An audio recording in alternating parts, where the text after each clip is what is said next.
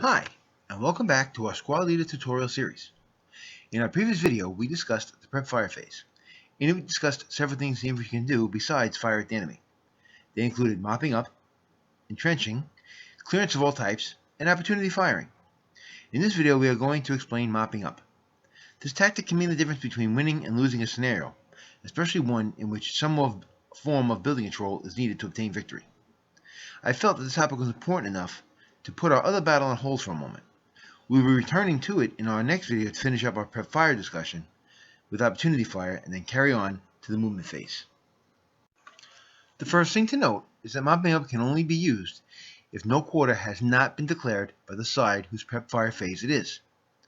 The next thing is that a good order multi-man counter must start inside the multi-hex, multi-level building to be mopped up, and there can be no known enemy units in that building. The multi-man counter in question must also be within 2 hexes of every ground level location that it currently does not control. In this example is the German prep fire phase. The German player is opting to mop up the P2 building. It is a multi-hex building with 2 levels in each hex and an inherent staircase. Even if there were no staircases available, the mopping up could still take place. The 548 is within 2 hexes of every ground location that he does not control. When he becomes TI to do the mopping up, if there are any armed units in the building, the defender may attempt to inflict casualties. He does this by rolling 1 die. If he gets a final modified die roll of less than or equal to 1, he inflicts casualties on the mopping up units. If successful, the mopping up unit suffers a casualty reduction.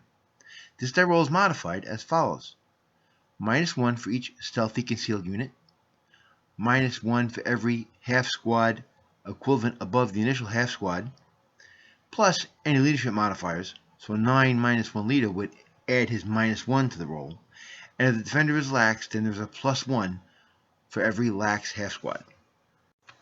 So, in our example, the 548 is mopping up building P2.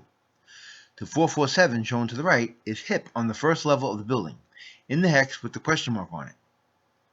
The Russian player rolls 1 die.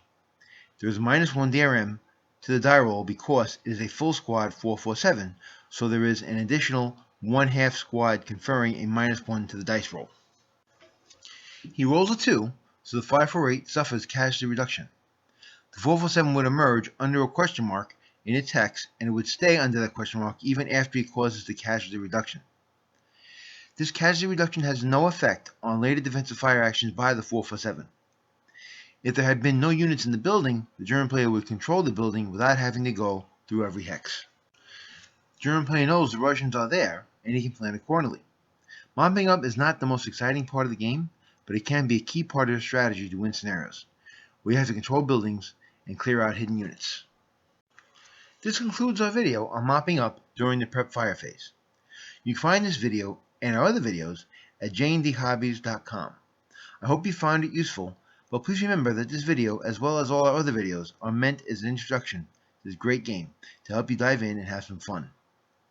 The best way to learn this game is to play the game and don't worry about making mistakes.